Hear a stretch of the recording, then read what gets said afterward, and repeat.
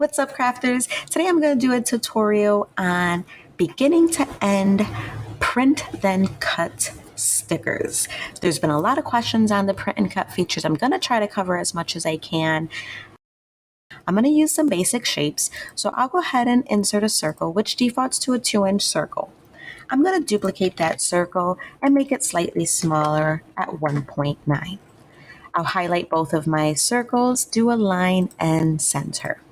Now, for my sticker, I want to have just a ring. I'll show you 3 different ways you can do this. If you select both of your objects and hit slice, it's going to say, take my 2 objects and wherever they overlap, slice like a hole punch and show me whatever's left. A ring that it creates from slicing those 2 circles out from each other. This is permanent. You cannot undo a slice. The only way to undo is to literally hit undo on your screen.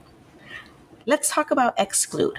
Exclude takes 2 shapes and it says, keep both of my shapes, but eliminate where they overlap. So think of a Venn diagram. You have your 2 circles and in the middle they kind of meet. So you're telling it, keep everything that does not overlap. Whatever overlaps on both of my images, exclude that. So my inner circle sits on top of my outer circle. Where that inner circle meets, we can exclude that.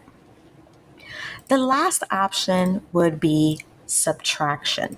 Now, subtraction says, keep my back layer. I have 2 layers. One is sitting on top of it. Keep the back layer, but wherever the top layer overlaps them, subtract that from the design. So again, you have a small circle inside of a big circle. My big circle is in the back. It's going to keep that big circle and eliminate that inner circle. What I like about subtraction, exclusion, and intersection is that you can undo it. So basically, your 2 circles are still 2 stand-alone circles that create your subtraction. So if I were to hide one of these circles, my subtraction automatically undoes itself because there's nothing to subtract from another layer. I'm done with my circle. Now let's add some text. I'm going to type U because my font defaulted to the last font I used, and it's Merlot and it's a little cursive font. Now, I don't like how far my Y is separate, so I'm going to go to Advanced and I'm going to do Ungroup letters. So this takes it from being one solid word to individual letters. Now, because they're individual, I can go ahead and manipulate each one on their own. I'm just going to move you a little closer. Select all of them, go to combine and do weld. That'll merge it all back to be my one solid word.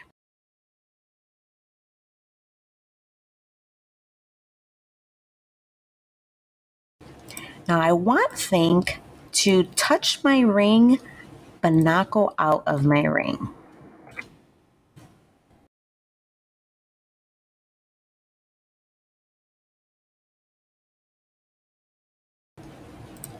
Now I want this to sit as a negative. So I'm going to create a knockout. So I'm going to Now your offset shows in a blue line. So that's how big my offset's going to be if I leave it like this. I really don't want it that big, so I'm going to go ahead and change the size. And sometimes you actually have to hit tab in order for it to recalculate your new setting. It defaults it to black. I don't want it to be black. I actually don't want it at all. I'm just going to create a negative. So I'm going to do a subtraction from the word think. So I'm going to select both of them, go to combine, and do subtract. I want to do that same thing here with the thank you on my actual frame. So I'm going to create another offset of those. This time I'm going to select both of them. And if I click offset, you notice I now get this feature here that says weld offsets. What that means is it's saying you have 2 different objects selected. If I create an offset, I'm going to make one offset because I think you want to make a shadow around the whole design. So it's going to create one offset of the entire thing. If I uncheck it, it's going to then create two individual offsets, one for think and one for you. I don't want that. I want to work with it as one whole piece. So I'm going to leave it checked and then click apply.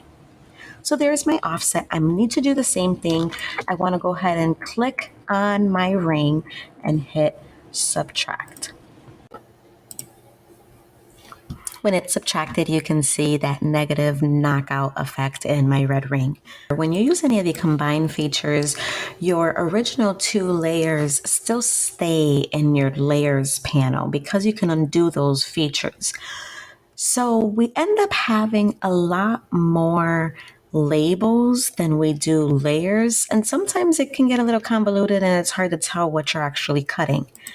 So I like to go to the color sync panel, and here I can see that I have three individual layers, my black and my two reds. Also, if you select everything, you can see your operation. Currently, everything is set to basic cut. This is not print and cut. It's simply cut. So if we send this to make it, the machine is going to cut on whatever color or material you put onto your mat. I also have my red layer, which has the two objects, my ring and the word you. I can see this white perimeter border. It's the outline that shows you the cut path. If you click on it, the grid will show up. And this also is a little helpful because I can see this is a hollow ring. I know that because I can see my grid right through it.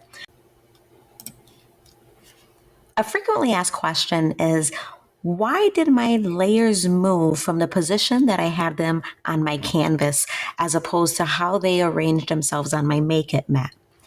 The simple answer is you didn't tell it to do anything but what it's currently doing. You created three objects and you told it, cut my three objects. We didn't give it any directive as to where those objects should be positioned. Let's go back to the canvas and I'll show you a few ways to make it stay. Before I show you how to, let me share a common mistake. And that is to group your objects. I often see everything moved and the first thing everyone says is select all and group. So that's what I'm going to do. I select all and I group. I have all my layers now. If I move it around, everything is under one group. And you notice everything kept its color. But think of group like a folder. You can put a whole bunch of documents in that folder and move it from table to table, and everything will go with that folder. But if that folder were to fall off the table, all your papers are going to go flying everywhere, just like in your image. All of my layers went and separated themselves because group does not affect how your images respond on your Make It screen. It's just a way for you to keep things in place while working on the mat. The next common mistake is you have your items grouped and you want to weld your like colors. So you'll come into combine and you hit weld. It merges everything you have selected into one layer. And in this case, it took my red and my black layers because they were all grouped together and it merged it into one layer, assigning it the color black. That's not what I want. I still want to keep my red as one layer and my black as one layer, but before welding it, I need to make sure it's not grouped or else everything in that group is going to merge into one layer. So I've ungrouped it. I'm going to select both my subtracted ring as well as my welded U, and then I'm going to hit weld. So now that takes my ring and it takes the word you and it combines it together. My Make It screen, it's going to hold its position because it's one object. Can I not undo weld? Because they're merged as one object, I can no longer assign separate colors if I wanted to change the color. So I'm going to hit undo so that I can undo my last action, which is the only way to undo a weld. And instead of welding it, I'm going to attach them. So I'm going to, again, select both of them. And this time I'm going to click attach. Now, unlike a folder with a bunch of documents sitting in there, this folder has a paper clip. So now if your papers were to fall out of that folder, they are still paper clipped together. So they're not going to go flying all over the place. They're going to stay put exactly where you have them. So in order for it to go from cut to print and cut, you have two options. A, you can go down to the operation and change it from basic to print then cut. What this does is it changes every individual object as a print then cut. So now when I look at color sync, I no longer see any of my individual layers because I don't have any cut layers to show. Your layers are now images, they're pictures, they're no longer cut objects, for lack of a better term. With that said, if I hit the Make It screen, all of these objects are now going to print from my printer, and then I'll cut the objects with my machine. Now, as you see, it has both my different layers, my red and my black, but they didn't stay put. I didn't make any of these items stay put. I simply changed it from a cut to a print then cut. I know it's a print then cut for a few reasons. A, it tells me it's a print then cut, and it shows me this white blank paper with my print on here along with my registration marks. These boxes is what your machine is going to read in order to align itself and know where it's going to cut. So let's cancel out, go back to our canvas. And even though they're all in a print format, they need to be stuck together. So if we hit attach, everything now stays together. But remember, attach just paper clips everything together. So it's still individual actions. You still have circles that need to get cut out. You still have two different words that need to get cut out. It just so happens to be that they're attached and held together. So if I go to my Make It screen, my items now are going to print together. Again, they have individual operations. This is the number one question. Why did it cut out all of my letters? All I wanted to do is cut out my circle. Well, you have individual operations telling it to cut out every single item. So, step number one to fixing that problem. Select all and hit flatten. Flatten is similar to weld. It's going to take everything you select and it's going to compress it and merge it into one image. And because it's an image, unlike weld where it changes everything to the one color, everything is going to keep its color because it's just going to say, okay, you want this to print from your printer with the colors it has, but you want everything to stay together. Flattened, we can hit Make It. Again, it stays the same. It's on one print panel. But guess what? This is still not ready. Remember when we looked at our Make It screen earlier, we can tell that our circle was hollow because we can see our grid. With this white paper, we can no longer see our grid. So I'm not quite sure what's gonna cut. Let me show you how to identify what is going to cut. Change the color of your canvas. So down here it says you have a blank white canvas.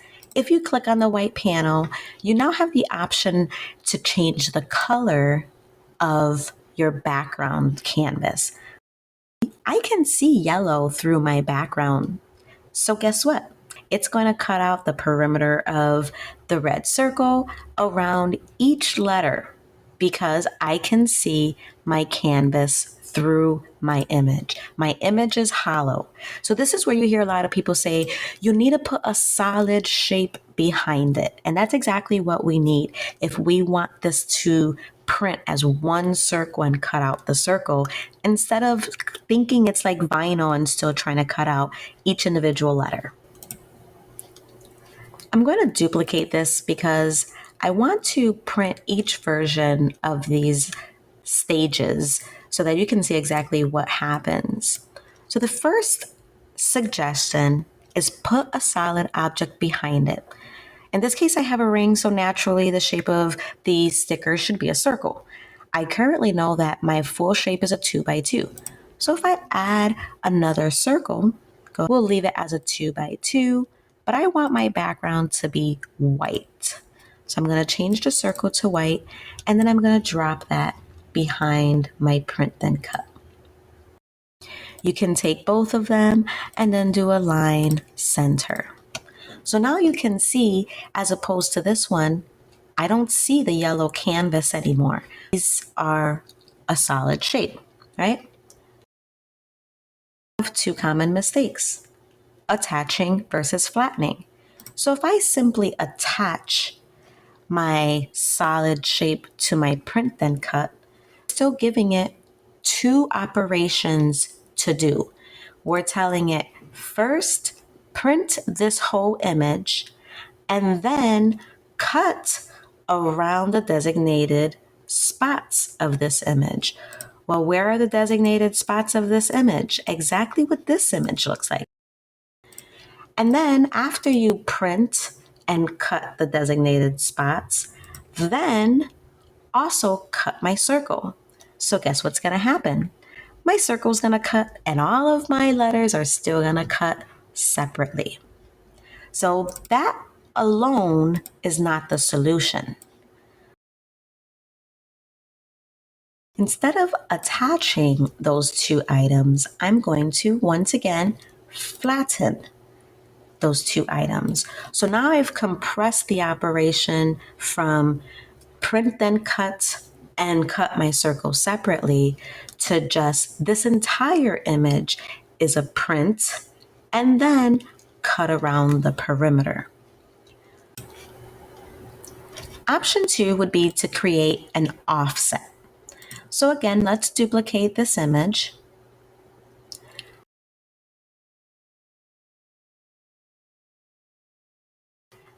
I like this offset right here. It gives me just enough on the outside.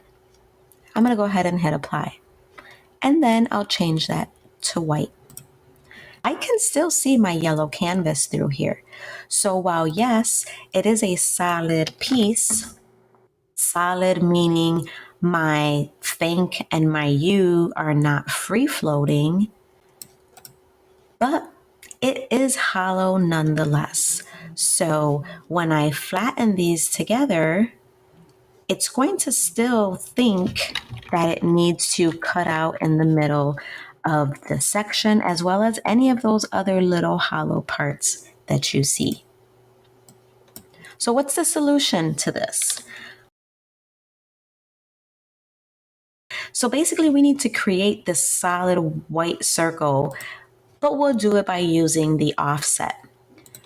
So if I take that offset, I want to hide contour any of these big spots. Now you notice hide contour is not available. That's because this is a print then cut.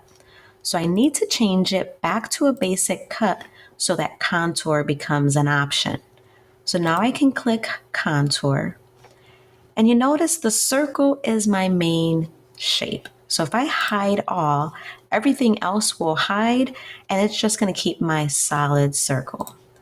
So I'll go ahead and change that circle to white. I'll center it back to this object. And now it has kind of that little offset border because I created an offset instead of leaving it just red. And I want to flatten those together. Again, you want to make sure you're flattening your solid background piece to your object, or else it's going to tell it to do two separate things. Tip number 1 for print then cut is Change your canvas color, especially when you're working with white stickers. If you apply a color to the canvas, you can see it through your sticker. And if you can see it through your sticker, so can your blade. Tip number 2. Another way to tell if all of your layers are flattened correctly is to go to the color sync panel. Remember, print and cut images are not listed in your color sync panel. It's not a cut path, it's an image. In my design, if everything was flattened, I should not see anything in my color sync, but I do see that I have a white circle. So one of these has a circle that is set to cut and not set to flatten. So I know it's not this one because that says print then cut. I know it's not that one because it says print then cut. And when I go to this one, it tells me I have a basic cut in here. I can see absolutely correct. There is a circle in there that's set to cut. Tip number 3, look for your cut paths. So if you have anything in the color sync, that means you have one of your layers that are set to cut. So there should be some cut paths. What are your cut paths? Just like on the Make It screen, we can see the border in white around your design. And here you can see the border is black. So if you have any black borders, it's not set correctly. Let me hide the print and cut so we can see just the white circle. If I were to flatten this circle, change it to print and cut, my black cut border disappears. So that's another way that you can tell which one is set to cut and is it flattened correctly. Just having both of them set to flatten doesn't help because it's still 2 separate operations. Print this circle and cut it, print this circle and cut it. So we still need to flatten both images together so that it's one whole operation. We look at the one on this side, which is flattened correctly. We do not see any black outlines on any of the cut paths. So now that when I go to my color sync panel, I no longer have any circles in here. I have no shapes. So that tells me everything that's sitting on my canvas is currently flattened. Let's go ahead and send these to the Make It. We'll print them all out and see what they look like. In the Make It screen, the first thing we need to do is send it to our printer. And this is your inkjet or your laser printer, whatever you have at home. I'm going to first send this to print to PDF so that I can show you what the bleed looks like.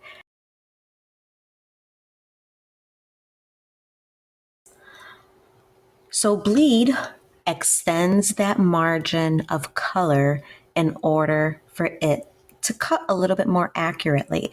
So let's say when it goes to cut around this red ring, if it doesn't get exactly on top of your red ring, it's going to have this extra little spill of red. So that way you don't have any white border around your image.